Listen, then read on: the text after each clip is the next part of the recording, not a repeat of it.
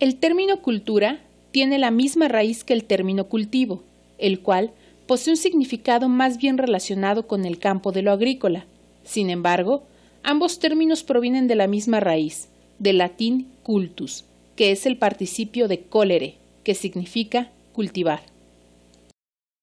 Se entiende por cultivar aquellas acciones, aquellas labores necesarias que se le dan a la tierra y a las plantas para que fructifiquen.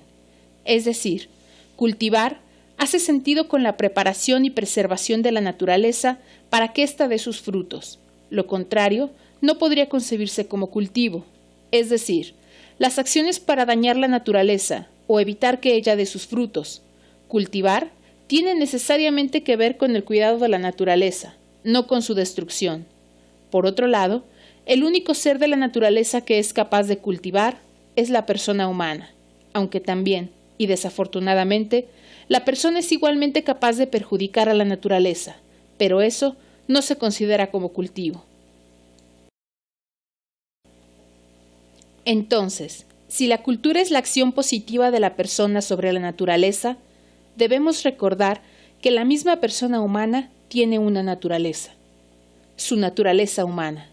Por ende, la cultura tiene que ver con el cultivo, por la persona, de todo aquello que le es propio a su naturaleza, de todo lo humano, es decir, de todas las dimensiones que conforman la naturaleza humana.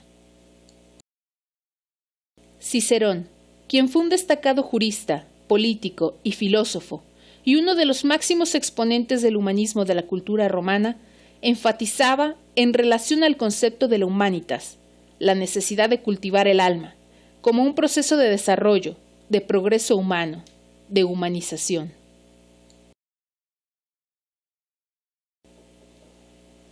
Por ello, la cultura es connatural a la persona humana. Es una acción de la persona, por la persona y para la propia persona humana. Cuando el ser humano entra en contacto, en relación con la naturaleza que lo rodea, o con otras personas, o consigo mismo, por sus acciones puede ayudar a su desarrollo propositivo, agregándoles valor extrínseco, promoviendo su mejora. Por ejemplo, cuando el gran artista Miguel Ángel esculpió la hermosa imagen de la Piedad, al mármol no le cambió su naturaleza, no convirtió el mármol en oro o cualquier otro material, lo que en realidad hizo fue darle una bellísima forma y esculpió así una magnífica obra de arte, es decir, hizo cultura. Lo mismo puede suceder cuando una persona contribuye a la formación de otras personas, genera cultura. Sin embargo, en esa relación de la persona con lo que está fuera de sí y consigo mismo, puede provocar daño, puede contribuir a su destrucción, a lo cual no podría llamársele cultura, sino más bien anticultura. En esta argumentación encontramos lo que se puede considerar la verdadera cultura o cultura de la vida, y también su contrario, la anticultura o cultura de la muerte. Resulta evidente que las acciones de la persona que perjudican la naturaleza de cualquier ser no pueden ser consideradas del orden de la cultura, sino más bien en el orden de la anticultura, y como tales deberían ser vistas y tratadas. Sin embargo, paradójicamente, en la actualidad se puede observar una enorme confusión al respecto. Para comprender la gran amplitud del concepto de la cultura, resulta necesario reconocer dos tipos o dimensiones de ella. Por un lado, la llamada cultura subjetiva, denominada así porque es la que se constituye en el sujeto, en la persona.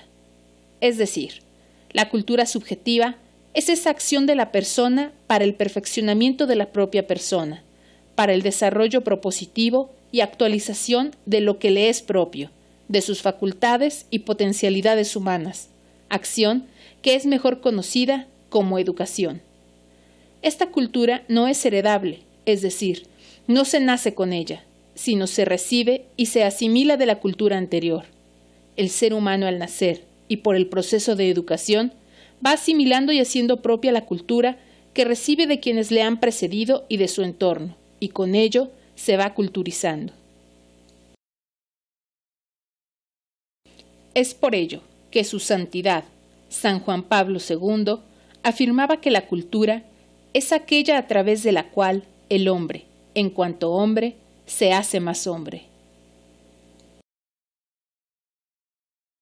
Por otro lado, se tiene la cultura objetiva, denominada así porque es la cultura que se constituye en los objetos, en las obras culturales, es decir, la persona culta puede, por sus actos, realizar y concretar obras culturales, lo cual es capaz de hacer en todos los campos de la actividad humana, lo mismo en el arte, en la ciencia y en la tecnología, el deporte, la economía, etc. Es importante distinguir que las obras culturales no se limitan solo al campo de desarrollo de las llamadas bellas artes, sino que abarcan todas las diferentes áreas del quehacer humano.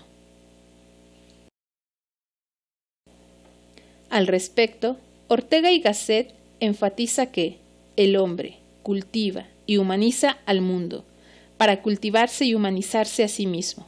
Es decir, la persona cultivada genera obras de cultura, con las cuales a su vez se cultiva a sí mismo y a otros, para que asimilando esta cultura pueda generar más obras culturales, resultando así un círculo virtuoso, que por otro lado también puede ser un círculo vicioso si se refiere a la anticultura. En este proceso cultural de perfeccionamiento, de desarrollo humano, la persona aspira entonces a los valores fundamentales de la cultura, que se concretan en la verdad, el bien y la belleza. La cultura subjetiva y la objetiva comúnmente se enmarcan colectivamente en una sociedad, en un pueblo, en una nación, y por ello se constituyen en sus valores culturales, mismos que se manifiestan y reconocen en su idioma, su historia, su arquitectura, su educación, en su gastronomía, tradiciones, costumbres, en su religión, etc.